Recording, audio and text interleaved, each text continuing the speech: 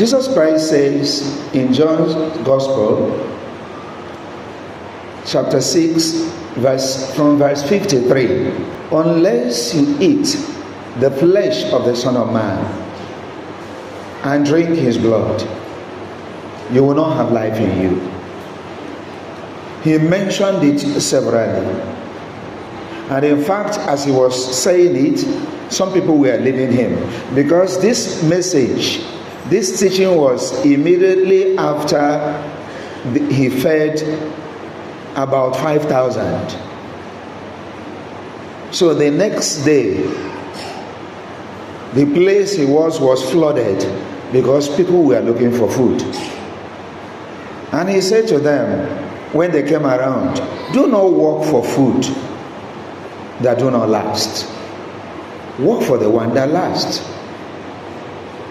And along the line, that is when he made the statement, unless you eat the flesh of the Son of Man and drink his blood, you will not have life in you.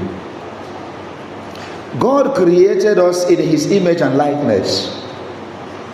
At creation, he said, let us make man. Let him resemble us. Let him be like us. In his image and likeness, he created man. But the events of Adam and Eve came and destroyed, disfigured man. And in Jesus Christ, God is recreating man, so that man may be restored to the image and likeness of God, so that man may be restored to God. He took the nature of man, so that through him we may take the nature of God and be restored to our original state. And if you remember, it is actually through eating that Adam and Eve were destroyed. Through eating. They ate and they died. They ate and they were destroyed.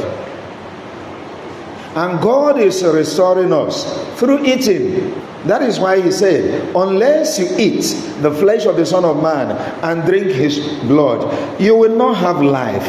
What the devil has done through the original sin will not be totally destroyed until you eat.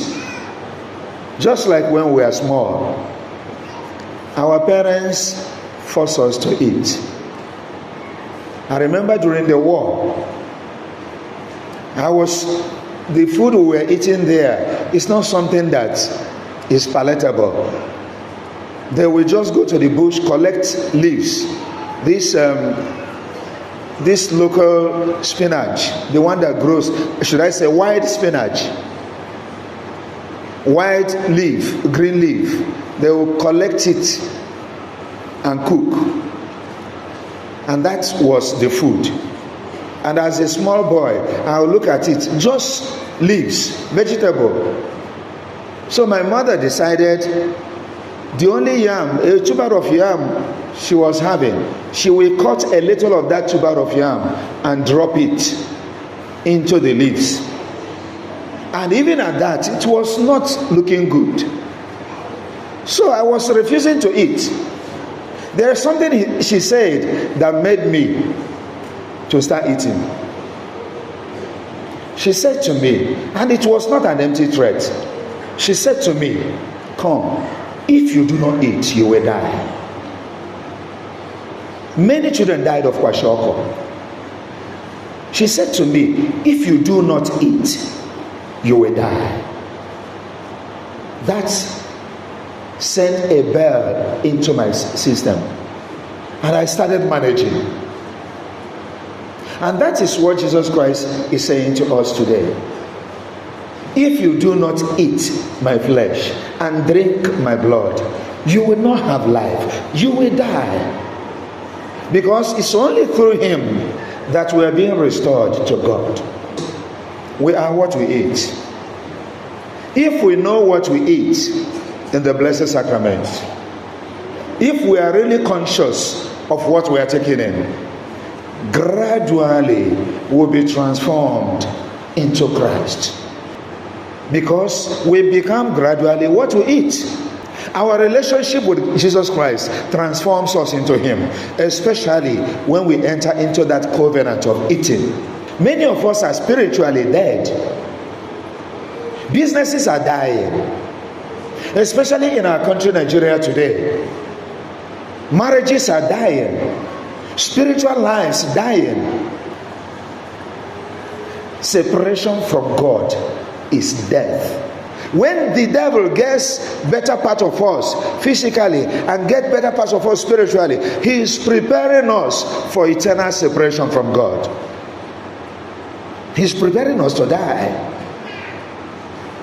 And Jesus Christ, like my mother, is urging us, eat, because if you do not eat, you will die. The sacrament we receive is a powerful medicine. It's a powerful drug, spiritual drug. Doctors will urge us, if you do not receive this medication, you are dying. You will not live up to 1 month. And when you hear a doctor telling you that unless you pass through this medication, you are going to die, no matter how painful that medication is, no matter how bitter the drug is, you want to take it in because you do not want to die. Severally, in John chapter 6, from verse 53, he mentioned it not once, not just twice. Unless you eat the flesh of the Son of Man and drink his blood, you will not be alive.